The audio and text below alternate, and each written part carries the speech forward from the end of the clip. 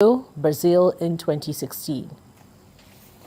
The Ministry of Youth and Sports Development unveiled a comprehensive plan for Team Nigeria towards a podium success at the Tokyo 2020 Olympics. The ministry says it has prepared a roadmap for the Nigerian contingent, which highlights that the final stage of local camping will hold from 15th of May until the 23rd of July in Bayelsa, Abuja, Lagos, and Port Harcourt. I've had a lot of noise about COVID-19. Are we prepared? I've seen so many of you run in the last several months. I've seen the minutes. The track that you run on won't be different from the track you run on there. So I want you to be really encouraged because you have this entire country behind you and supporting you. The preparation around the world is similar.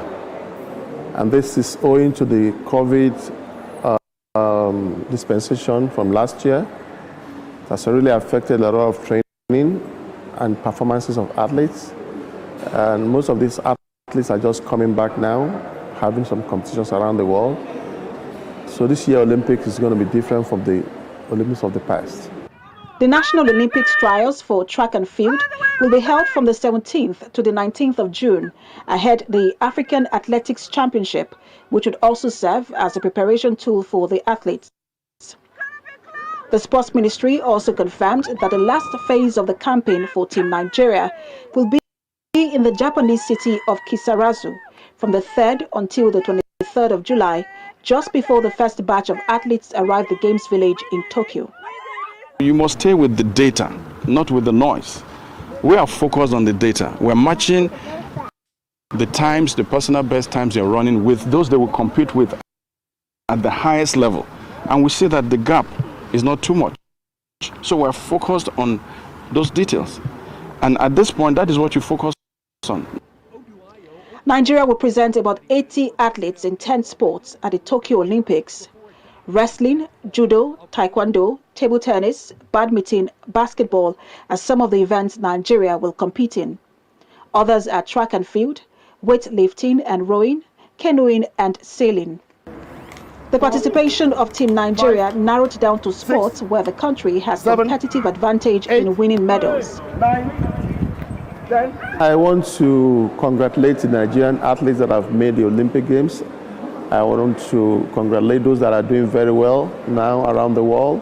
And I want to tell them to keep the fit going so that come August, they can come back home if the Olympics is held with medals. Minister of Sports Development, Sunday Dare, assures Nigeria will improve on the performances at the last 2 Olympics, where the country won only 2 bronze medals in football and track and field.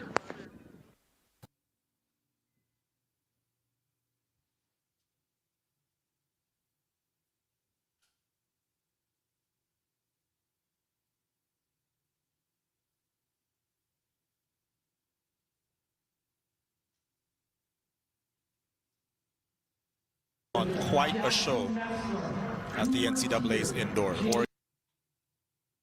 Oregon men dominant this year in the conference.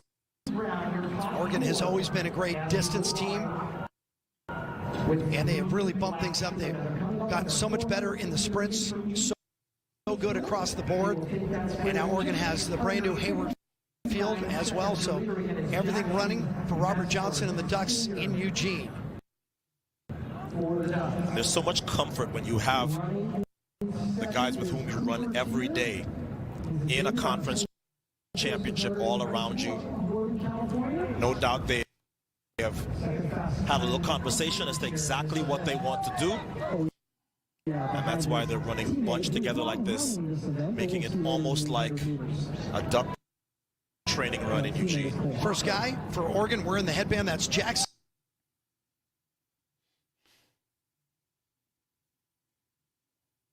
Messler.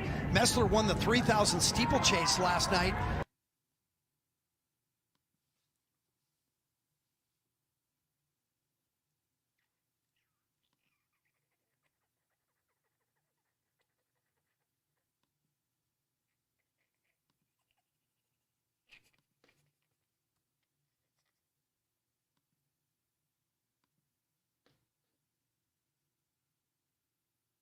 Aragon third, Jenks fifth for Stanford.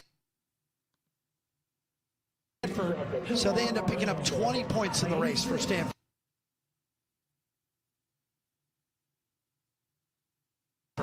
Keeping an eye on those team scores as well. All right, now we'll move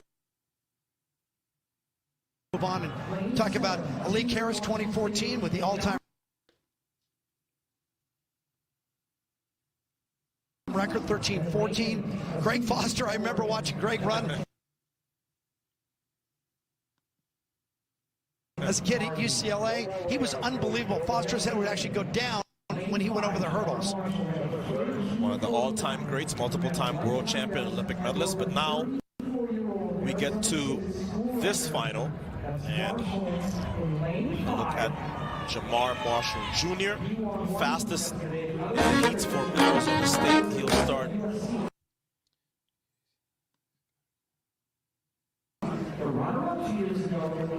in lane 5. Second fastest in the heat is his teammate Patterson. This is a look at Sam Brixey, who ran 13.85 for second to get to this final. Brixey has run 13.66, but with the wind, he did that in the Apple Cup duel, Washington State on April 21st. So that's the fastest anybody in this field has run. But again, he did it with wind. His season best is 13.99. Jamar Marshall has gone 13.67.